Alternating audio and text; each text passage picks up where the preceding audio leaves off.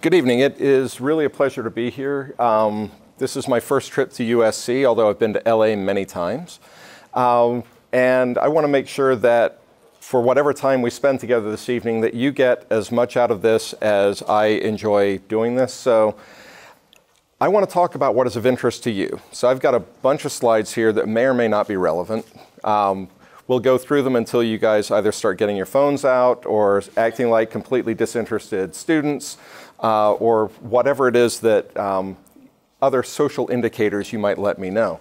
I do teach at University of Michigan. I've taught at Case Western and Ohio State as well. So I'm perfectly happy if you have a question, you can either raise your hand or you can just shout it out. If there's something that you just get grabbed by the spirit and you want to learn more about it, by all means, say so, because that way we'll get more out of this than if I just go through a bunch of slides as if it were a random lecture.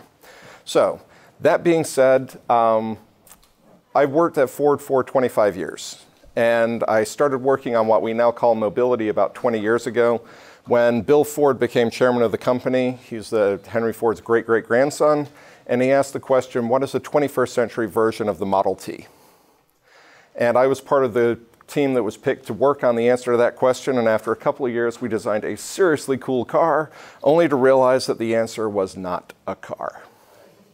So what I'm going to talk to you about today is what is generally the future of mobility, which is referred to by an acronym of ACES, and I'll get into what that is, and explain where we are from a technical standpoint, but more importantly, where we are from a behavioral standpoint, because at its core, mobility is about humanity. It's not about technical solutions. So with that, we'll try and roll through this. So as I said, started with the Model T. So Ford's got a little bit of history with how we do this, and the Model T led to suburbs that look roughly like that. And it led to traffic that some of you may be familiar with that looks like that. So although the Model T did some very good things, it also had some rather unintended consequences that were unfortunate. In 1927, Ford ran this ad in the Saturday Evening Post. And it was, to an extent, celebrating what the Model T did for people in the 20th century, which is it enabled them to move in ways they'd never been able to move before. For most of people's lives up until that point, people were born, went to school, went to work, lived and died within 25 miles of the same location. The Model T enabled people to move much more freely to all kinds of places, and it really changed how the world moves. Now, one of the interesting things, and I don't expect you to be able to see this on here, but there's a sentence on here that says, the Ford Motor Company views its situation today less with pride and great achievement than with the sincere and sober realization of new and larger opportunities for service to mankind. So this was found by someone uncovered in the archives about 10 years ago, and it's been hanging up in our world headquarters ever since, because we realize that there's something more to this than just creating metal boxes on wheels. So when we look at traffic, there are a lot of people who we talk about congestion, and they think that high occupancy vehicle lanes will solve it. And that picture of a high occupancy vehicle lane, many of you may actually have been stuck in HOV lanes around here. Perhaps you think tolling is a way that we can improve mobility around people. Or anyone here a fan of roundabouts? Yeah, how about that roundabout? So the challenge we have is we have a lot of people who are trying to move in very tight spaces. And we call this a design gap in mobility. So we have the Model T 100 years ago, and now we can build, as an industry, some absolutely incredible automobiles. I mean, they can do all kinds of things that they were never able to do before. But if you were to live in central Manhattan, and I came to you and I gave you a brand new F-150 or a Mustang GT, you'd give it back. So there's clearly a gap, because the fact that we can make these incredible cars that are completely useless to most of the urban population around the planet is indicative that we've got something else that we need to do, because otherwise it's chaos. And as the comments about transportation around here, just trying to get here tonight, a little bit chaotic. In Manhattan, the average speed of traffic the last time it was checked is 7 miles an hour. Stunning, isn't it? Yeah, there are joggers that do better than that. They ran the New York Marathon way faster than that. So this is a heat map of the number of people, or that shows the density of people going to and out of Manhattan. This is taken from cell phone data about 6 or 7 years ago. And it shows that what we want to do as people is we want to move, we need to move. But moving is becoming ever more difficult as we try and move around urban cities and urban areas. And part of that reason is because the middle class is growing. The number of people living in urban areas is ever increasing, well over half the population, depending on who you talk to or what metrics you use. And that global middle class is looking for cars as status symbols. They're looking for mobility as a mechanism for them to become part of the fabric of their society and the economy. And I don't know if you can see the guy in the back of the yellow truck there, he's on his cell phone while he's hanging out before he delivers stuff. I think it's kind of an interesting little indication of middle class growth. Along with that, you have some few challenges with air quality. The fact that there are people around the world now that tell their kids not to go out without wearing a mask should scare the crap out of all of us. I used to be bothered when my parents told me I used to need to wear wrist braces before I went out to ride my skateboard. Now they'd say, well, yeah, make sure you have your mask on. That really, we can talk about the IPCC report if you want. This to me is much more concerning, the PM 2.5 and the short-term health effects. Yes, we need to solve both, but the fact that there are apps now that can tell you exactly how bad it is an indication that we may have done something a little bit wrong in the way we're approaching things. Population is getting older. People, as they age, they need different forms of mobility. They need different types of mobility, and they're more interested in staying mobile for longer. And then we've got the whole change in consumer attitudes. The number of screens that occupy and seem to dominate our lives these days are truly astonishing. I happen to really like the AAA ad campaign that's going on around here right now, the don't drive intoxicated, don't drive intoxicated. Have you guys seen that? It's worth watching. It really is one of the best ad campaigns I've seen, and the Southern California AAA deserves full credit for taking something that everyone knows is a bad idea and actually making an ad campaign that's sticky, and it's worth finding it on YouTube to watch it. So about 7 years ago, Bill Ford did a TED Talk where he started to highlight all of these issues, and it really shocked a lot of people around the world that the scion of a car company would come out and say, we cannot continue to do business the way we've been doing business. There are 1 billion cars on the road today. The expectations are there will be 2 billion in the next 20 years or so. Where are we going to put them? If you tried to double the number of cars on the 405, where are you going to put them? This is a simple question of geometry. There isn't physical space for them, so I'm not sure we're going to get to 2 million vehicles on the road. We might get to 2 million vehicles in people's garages, but we're not going to get to 2 billion vehicles on the road. We need to change the way we move. So, the future of mobility, and most of the industry and a lot of other companies have decided this is what it is. It's ACES, autonomous, connected, electric, and shared. So, we'll take these one by one. So, autonomous vehicles. Just to get the first question that comes up out of the way, when is Ford going to put autonomous vehicles on the road? We've said we'll have them on the road by 2021. So we're in the development phase right now. We're going through testing in Miami, Pittsburgh, Washington, D.C., and Palo Alto, I think. And Argo is a company we've invested in Pittsburgh that does the virtual driver system. It's actually the brains of the autonomous vehicle system. So that's where Ford is, and most of the industry is launching sometime. There are some groups that will be launching next year. Others have said 2020. We don't think we're late to the party. We think we're doing due diligence in the testing. We'll see how things, we're not big at Ford on making big proclamations and then, not talking about whether or not we hit them. We tend to do what we say we're going to do. So we're building on that concept of delivering what we say we'll deliver. So we've been testing vehicles. These are two of our earlier models. Velodyne's a company that we've invested heavily in that does a LiDAR. If there are any things I bring up that you're not familiar with, if you want to explain what they are, I'm happy to. I'm trying to go through this reasonably quickly, though. We were the first company, and I think still the only company to test in snow. And interestingly enough, one of the cool things about the LiDAR in the snow, it is so sensitive. When we first tested it in snow, the laser was sophisticated enough that it could pick up individual snowflakes, and it was trying to avoid them. That's one of those things you're like, okay, it's seriously cool, because no human being would ever be able to do that. But we also don't need the car to do that.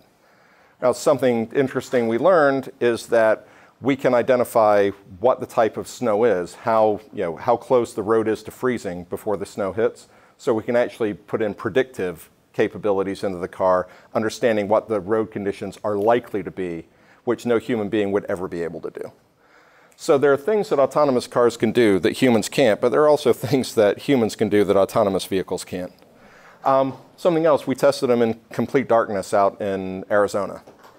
And the car performed flawlessly with just the ambient light from the stars. And we did this on a night when there was the moon was a new moon as well. And the engineers who were writing in it were not particularly thrilled about it because they couldn't really see what was going on. It was a little nerve-wracking for them, but the vehicle performed really well. So what do you do when you have an autonomous vehicle and you're trying to figure out what else you should do with it? You deliver pizza. So we actually worked with Domino's because we wanted to figure out what happens when people actually interact with the vehicle. You heard me say earlier, we need to bring humanity back to mobility, delivering goods to people. And there's really few better things to test that with than pizza. And we found out all kinds of interesting things, like the last 10 feet can really matter. There are some people that order pizza in various states of undress. An autonomous vehicle does not really resolve that challenge if your goal is to have food delivered and not have, there's no one in the vehicle to see you, but if the vehicle doesn't get right up to your door, that's a problem. But we also found things that if you tried to have a pizza delivered to this building, it's really hard to figure out where your pizza is. Because there are how many doors to this building? I didn't count them when I walked around. But there are enough doors that it becomes a challenge to figure out where's your pizza. Or if you're trying to deliver pizza to a hospital, really challenging to figure out where's your pizza. So that was our first thing. And then we actually are working with Postmates down in Miami to do the same thing. So we're now delivering all kinds of food, not just pizza, because there were some people who thought pizza was a little too narrow. So now we'll deliver all kinds of food.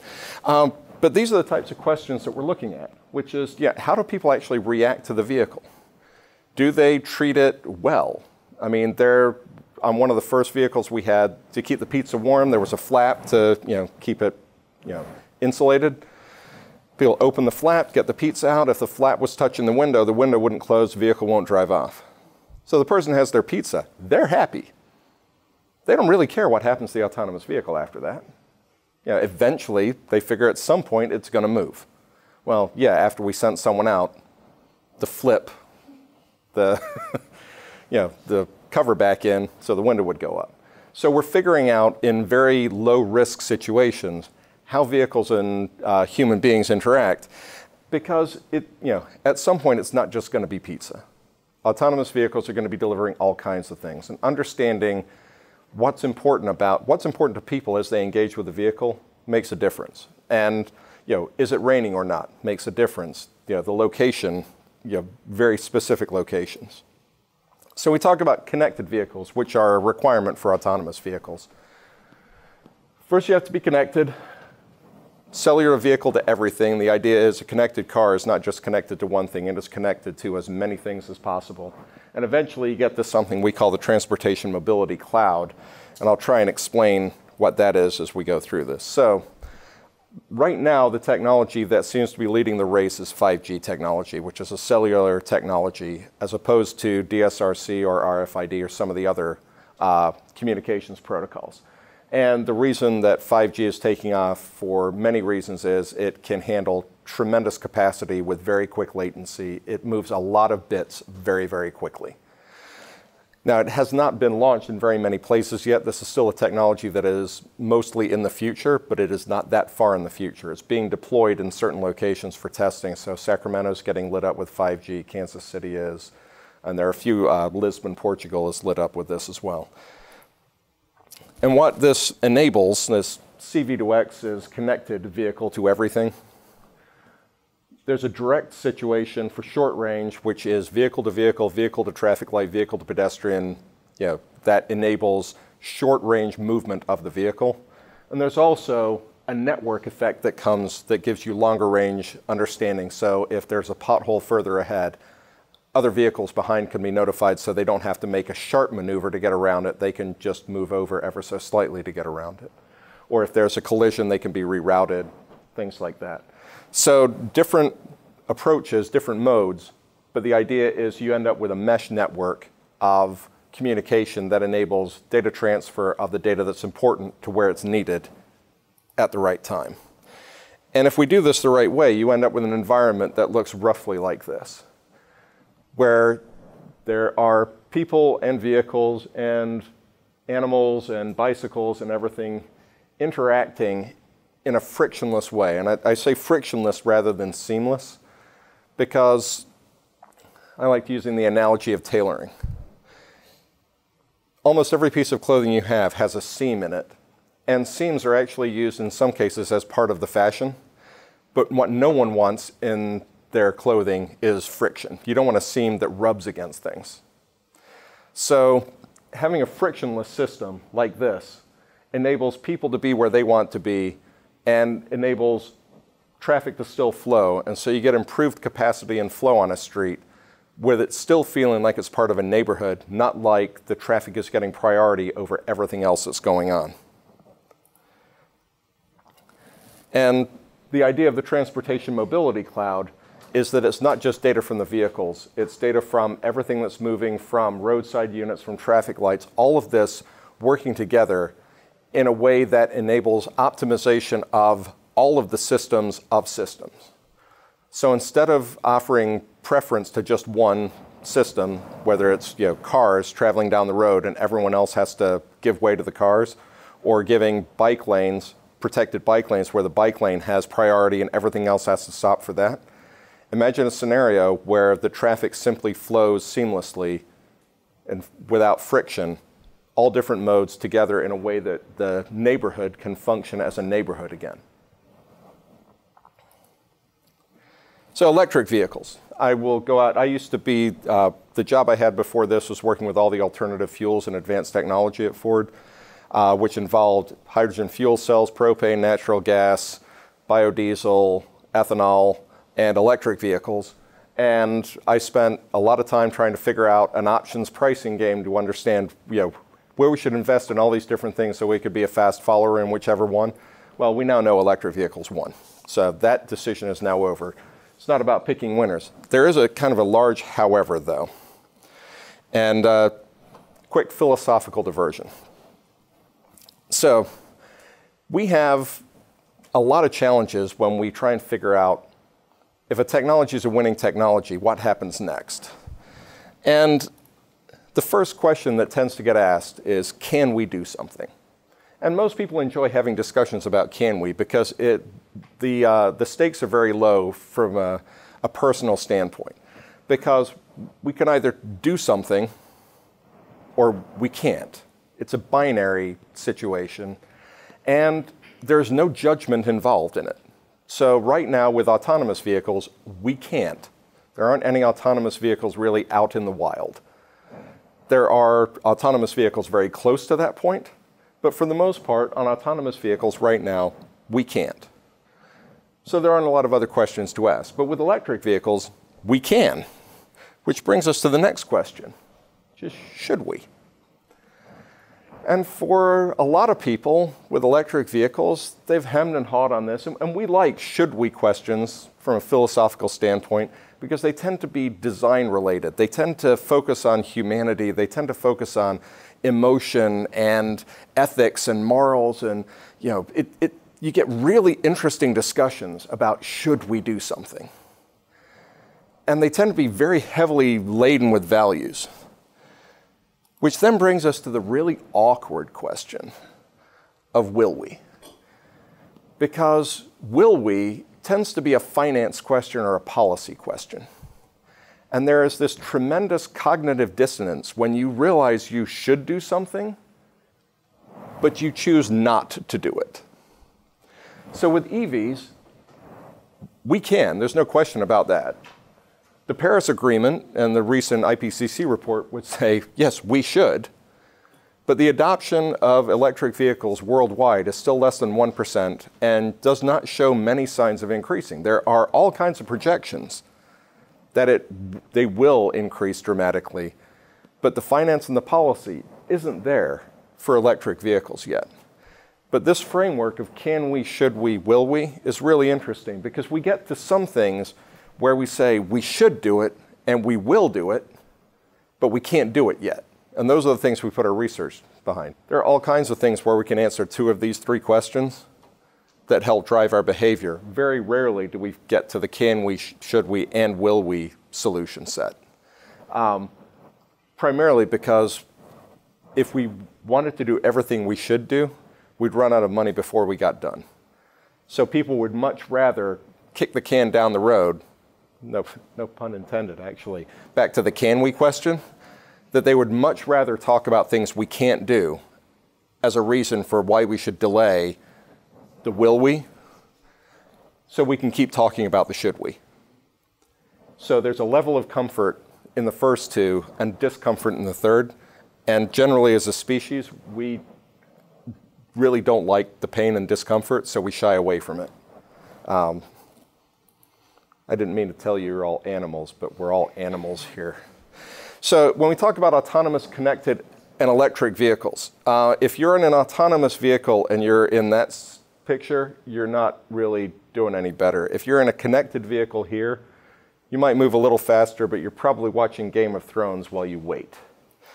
And if you're an electric vehicle and you're at this roundabout, if you're in any of those situations in an autonomous, connected electric vehicle and you're stuck in traffic, you're still stuck in traffic.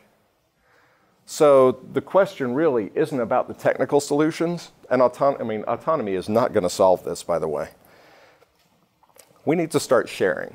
So this is a diagram from the Sustainability Institute Commuter Toolkit, and there are different versions of this that are out there, but roughly, if you're in single occupancy cars, or the reason it's 200 people in 177 cars, why they chose that number, that's the current rate of occupancy of vehicles in this country. It's right around 1.1 people per vehicle.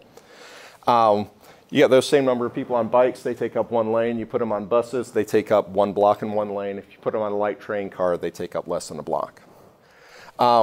There's another version of this where the pictures are all the same, where it says, this is 200 people in autonomous cars, 200 people in Lyft, 200 people in Uber, 200 people driving currently. Uber and Lyft don't change the number of passengers in the vehicle or the number of passenger miles traveled, so they're not actually improving on this. So when I talk about sharing, it's not ride-hailing, it's more carpooling or using mass transit. How do we get more people into fewer vehicles? So a car-oriented street roughly moves about 12,000 people per hour. A multimodal street, organized the right way with the right flow, increases that to 30,000 people per hour. But you can see over time, we have tended to build car-oriented streets for the last 100 years or so. So, talking about timelines, autonomous vehicles not out in the wild yet. So I work in a group at Ford Smart Mobility called City Solutions. So I work with a lot of city leaders. That's actually why I'm in LA this week. The National League of Cities is meeting over at the convention center. So it's about 2,500 mayors are in town from all around the country to talk about problems such as mobility as one of their tracks. So I get asked questions, what should we do to prepare for AVs? I say, well, it's interesting you should ask, because I used to be the EV guy at Ford. And about 10 years ago, people were asking me, what should we do to get ready for EVs? And most cities did absolutely nothing. Or they did, yeah, we gave them advice on what they should do or should start thinking about, and they didn't do it. So they say, well, that was EVs. That's, you know, they're difficult, they're hard, they're for tree huggers, they're only for, it's things only California wants, the rest of the country's not interested. They gave them all kinds of excuses. They said, well, that's interesting because connected cars have been around since 1995. It's when OnStar started. Ford had a group called Wingcast that was doing the same thing. And cities were asking back then, what should we do to prepare for connected cars? And does anyone want to take a guess at roughly what cities did? You don't have to be precise, although the answer is rather round and precise. Yeah, you hear crickets when you ask this. So then we start talking about shared vehicles, and I bring up the quadricycle, Henry Ford's invention in 1896, seating for 2. And we're only at 1.1 people per vehicle in this country in most places. So it really comes down not to the technology, but the fact we don't like to share. We don't. We really value that private space, even if we're stuck in traffic and we claim we hate commuting. By the way, 4 out of 5 people roughly hate commuting. 1 in 5 people says, do not ever take that away from me. It is the only time I get where I don't have my spouse, my boss, my kids. It is my time, it is my Zen time, even if I'm stuck in traffic. Don't care, do not take it away. So don't assume that everyone hates commuting. Most do. But about 1 in 5 has that, they make the most out of a bad situation. But generally, we don't like to share. So as we, populate more and more space on the roads, and Waze has done an absolutely fantastic job of enabling people to navigate their city in different ways. But what they have now figured out is that they are reaching saturation. And they've actually saturated the surface streets in a lot of neighborhoods to the point where people can't pull out of their driveways. Streets are crumbling because they weren't designed for that kind of heavy traffic. And so Waze, out of their Connected Citizens project, came up with a carpool component to try and enable people to break down some of the barriers in carpooling and increase sharing. So shifting gears, now that we've talked about ACES, and there have been a lot of technologies to try and help sharing that are struggling at best. A couple of definitions to try and help what we're talking about. A lot of people use these 3 words, transportation, mobility, and accessibility, somewhat interdependently. And I like to distinguish what they are just to make sure we're talking about the same things. So transportation is the physical artifact in what we move. It is generally a metal box on wheels. It could be a bicycle, it could be a scooter, it could be a train, a plane, but generally, metal box on wheels. Mobility is how we choose to move. So you get up in the morning and you decide, am I going to take Metro today? Do I need an Uber? Is it a nice day? I'll walk or ride a bike. And it can be technologically enabled, but generally, mobility is the number of choices that we have. Accessibility is where our group at Ford spends the most amount of time, which is why we move, because very few people move for movement's sake. So understanding why people need to move and working your way backwards to what technology would enable them to improve their choices, how many choices they have to move, helps us then in turn design a better metal box on wheels.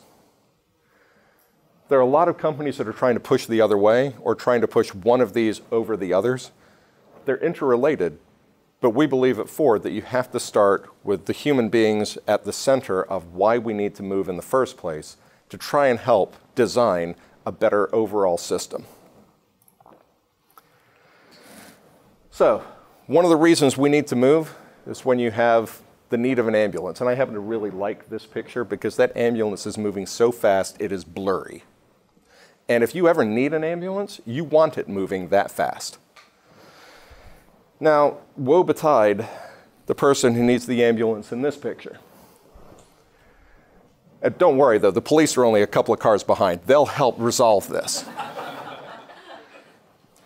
So, one of the things that we realized in working with St. John's in London was that what you need when you need health care, most of the time you don't need an ambulance. What you need is a medical professional.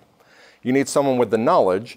And St. John's realized they could get around and they could solve the vast majority of the issues they had to face with less than 10% of what they were carrying on an ambulance. And they could get to people much faster on a motorcycle or a bicycle. They actually have walking paramedics now in some parts of London because that's the fastest way to get to someone. And then, based on that initial assessment, they determine if it is worth trying to divert traffic to allow an ambulance through. So that simple change in configuring what the access is and where the access is needed has completely changed how St. John's provides medical attention to people in need in difficult parts of the city to get to. So it's not always the solution that we think is out there. You sometimes have to unpack it and think about designing things differently. So we took this same approach with Riders for Health in the Gambia. And we actually outfitted motorcycles. For those who don't know, the Gambia is a very narrow country in Africa that follows the Gambia River. And most of the country can only be accessed on motorcycle or on foot. Two-track roads do not exist in the vast majority of the Gambia. So trying to get health information, vaccines, things like that, out to the population of Gambia is difficult. So we outfitted motorcycles for their paramedics who go village to village with, they're basically GPS enabled, and where they could store data. Whenever they got back to a Wi-Fi hotspot, they'd upload all the data. And we were able to track and help provide data to the Gambian government through Riders for Health that help them track all kinds of healthcare issues. And we've worked with other countries in Africa trying to facilitate healthcare in different ways using different forms of transportation. In the US, we started something called Go Ride Health, which is non-emergency medical transport. Because when we looked at what was happening with non-emergency medical transport, we realized that there was a fundamental challenge with the concept of access. That an awful lot of companies that were providing this service or transit agencies that were providing non-emergency medical transit service were, one, you had to book 24 hours in advance. Generally, you had to book over the phone. They didn't have an app to enable these things. It was very challenging. But the one thing they were missing was the fact that most of the companies were providing curb-to-curb service, which meant that if you had some sort of challenge of mobility just to get in and out of your house, you had to figure out how to get to the curb before they could put you in the vehicle. And when you got to the hospital or wherever you needed to go to, they would put you off on the curb, and it was on you to find out how to get to whatever desk you needed to go to or clinic you needed to go to. So what our service does is provides what's called door-through-door service, which is a much more compassionate and dignified approach to moving people that are otherwise challenged, so that we actually get them from their house into the vehicle, and there's a warm handoff with a reception desk at whatever clinic they're going to make sure that we have them in the right place. And the number of appointments that are being kept has gone through the roof, where the metric before used to be number of trips provided. Well, if the number of trips provided doesn't result in an appointment being kept, what was the value in the trip? As I said, people don't move for movement's sake. If you need non-emergency medical transport, you need it to get somewhere you need to go. So that was one solution that we've launched recently. We have a dynamic shuttle service. Go Ride, we also use this if you've seen Chariot vans around. Chariot's a subsidiary of ours where we do shuttle service for microtransit. So we have that going on. Some of the other things that we have going on are something called curb space management. So curb management, which basically is trying to enable cities to regain control of the public right-of-way. So as I was saying, if you have an autonomous vehicle and it has nowhere to safely pick people up or drop people off, you have a perpetual motion machine. It never stops. So figuring out how to enable cities to regain control of the curb, which is currently a freely used public right-of-way that most cities have lost control of a long time ago. We're trying to use different technologies to help cities regain control of the curb. Something else we're doing is called the City of Tomorrow Challenge. So we did this with New York and Detroit last year. This year we did it with Pittsburgh, Miami, and Grand Rapids, where we do a deep dive with the local community to find out what are the mobility concerns that the community has from their perspective, and then work with them to connect them with either established companies or startup companies to resolve those solutions, or to actually put those solutions into practice. So we put $100,000 out there for startup companies or seed funding for these solutions in each of these cities based on what the people in that city say they need and what is most important to them to enable them to do what is critical for them to thrive and flourish, rather than Ford coming in or some other company coming in saying, we have the answer for you. We realized early on dealing with cities, very rarely does a city not have a good understanding of what they need.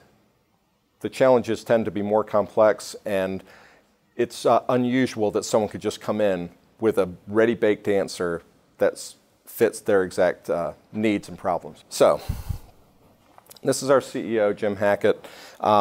This is a clip from a talk he did at CES earlier this year, where he was talking about the Transportation Mobility Cloud, and I won't say exactly what you were saying, but the need to understand the balance between the public and the private nature of this, and that we need to engage in scenarios that enable people to thrive and flourish. And from creating that value, we should be able to derive profit. But if we go in with a profit motive to start with, we are highly likely to fail, because we have to put human beings at the center of this, not money. One of the things I was talking about with a group of people at the reception is one of my biggest fears is that we will inadvertently, this is we as a society, will inadvertently create a dual-tiered form of mobility where people who have money have access to any form of transportation they want whenever they want it. And the vast majority of the population is constrained to a particular function of transport that may or may not suit their needs and may inhibit their ability to engage effectively in society. If we have that dual-class system, which if you hear people talking about autonomous vehicle service being available point-to-point service for everyone who wants it, it's physically not possible. So the people who are promoting that sort of mindset are promoting a dual-class system where some people have access to that, but most people do not. And if we do that, then I would say we have failed. We have to find solutions that enable more people to thrive than trying to just go where the richest people are willing to pay. So I was at Mobility 21 a couple of weeks ago, which is a big event here in LA about mobility. Big surprise with a name like that. And one of the things I talked about there was that mass transit has to be the backbone of however we choose to move people in the future. So we have choices to make with autonomous vehicles. What range do we want them to function in, or do we want autonomous vehicles to go to the nearest mass transit stop with an easy transfer to mass transit so that we get the maximum utilization in the short range trips, but we don't have autonomous vehicles traversing all the way from Long Beach to Riverside. If an AV is making that trip, then I would say we failed, because there are enough people who are going those directions that we need to have mass transit solutions or micro transit. But a single occupancy vehicle, point to point, can't be made a ubiquitous solution for everyone just because of the geometry right now. It just doesn't, we can't do it. And not only that, we shouldn't do it. Getting back to the can, we, should we, or will we? We can't do it and we shouldn't do it, so we don't have to worry about the finance and policy of trying to make that happen. What we need to do is look at the other alternatives that are available. So one of the comments that Jim made at that statement was we need to enable cities and neighborhoods to be able to take back the streets, because streets used to be the place where the vibrancy was in neighborhoods. And over time, we have put so many cars on the road and we have paved over so much of our neighborhoods that we have taken the life out of the neighborhood just to facilitate people moving through it. So for those who like acronyms, I put together this, and this quite literally was done on the back of a napkin. So it's not ACES, it's ACES. It's all-inclusive, community-based, cost-conscious, equitable, sustainable system. That's what we need, not autonomous, connected, electric, and shared.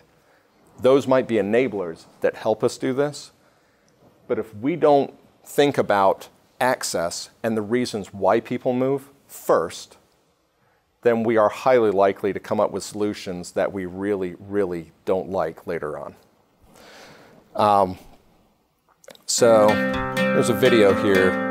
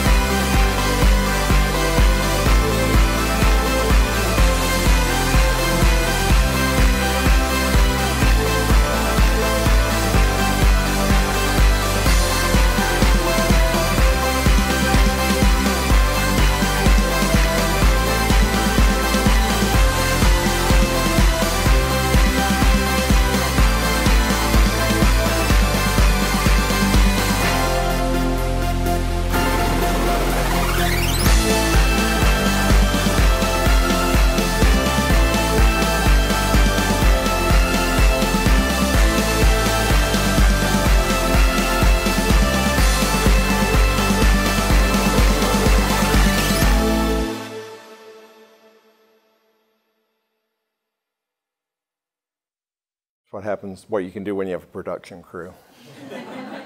So I put the whole presentation together except that someone else did that. More simply put, that's what we do in my group.